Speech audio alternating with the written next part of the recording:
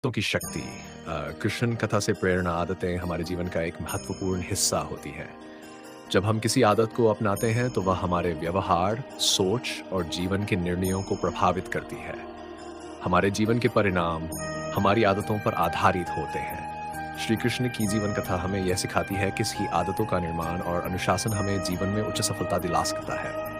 श्रीमद् भागवत पुराण में श्री कृष्ण की था और उनके जीवन से जुड़ी शिक्षाएं हमें आदतों की शक्ति का महत्व समझाती हैं। उनके जीवन से हम सीख सकते हैं कि कैसे सही आदतों को अपनाकर हम अपने जीवन को एक नई दिशा दे सकते हैं। कृष्ण का बाल्यकाल और सत्कर्मों की आदत। श्री कृष्ण का बाल्यकाल गोकुल और वृंदावन में बीता। वहां उनका जीवन एक साधारण ग्वाले के रूप में शुरू हुआ, लेकिन उनके कार्यों ने उन्हें असाधारण बना दिया। बाल्यकाल में ही उन्होंने कई अद्भुत कारनामे किए जो उन्हें देवत्व की पहचान दिलाते हैं। लेकिन यहाँ जो सबसे महत्वपूर्ण है वह है उनके सत्कर्मों की आदत। उनकी माँ यशोदा और पिता नंद जी ने उन्हें अच्छे संस्कार और सत्कर्मों की आदतें दी थी। वे गोकुल के अन्य बच्चों की तरह सामान्य जीवन जीते थे, लेकिन उनके कर्म और उनकी विचारशीलता ने उन्हें खास बनाया। बचपन से ही उन्होंने सत्य और धर्म का पालन करना सीखा, जो आगे चलकर उनके जीवन के हर पहलू में दिखा।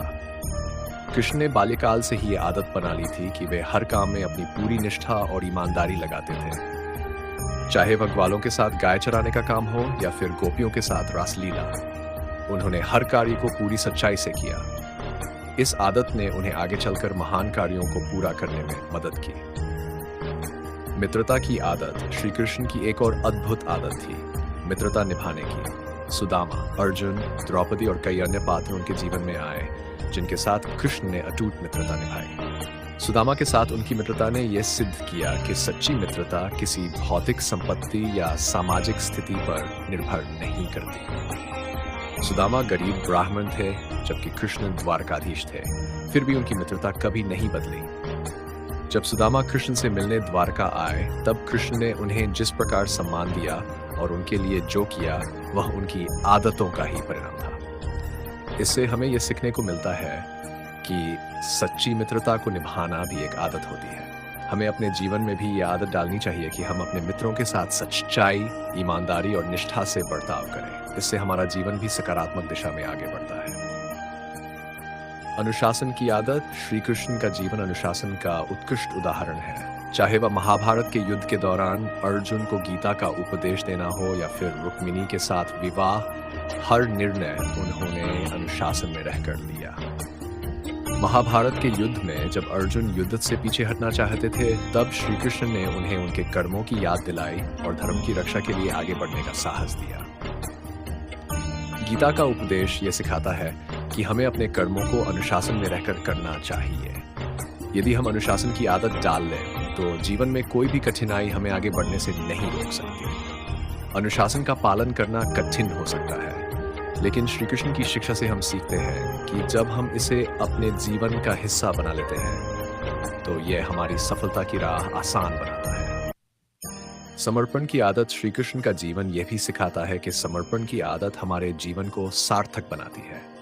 जब हम किसी कार्य को पूरी निष्ठा और समर्पण के साथ करते हैं तो उसका परिणाम हमेशा सकारात्मक होता है। रासलीला में श्री कृष्ण ने गोपियों के साथ जिस प्रेम और समर्पण का प्रदर्शन किया वह ये दर्शाता है कि हमें अपने जीवन के हर संबंध को पूरी निष्ठा से निभाना चाहिए, चाहे वह हमारे माता पिता हों, मित्र हों या फिर जीवन साथी।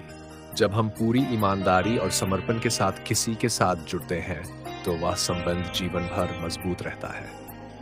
महाभारत के युद्ध में भी श्री कृष्ण ने पांडवों के साथ अपने संबंध को पूरी निष्ठा और समर्पण से निभाया। उन्होंने न केवल पांडवों का साथ दिया बल्कि धर्म की रक्षा के लिए हर संभव प्रयास किया। संयम और धैर्य की आदत। श्री कृष्ण का जीवन संयम और धैर्य का एक उत्तम उदाहरण है। जब द्वारका में उनके राज्य को बार बार संकट का सामना करना पड़ा तब उन्होंने संयम और धैर्य के साथ हर समस्या का समाधान ढूंढा।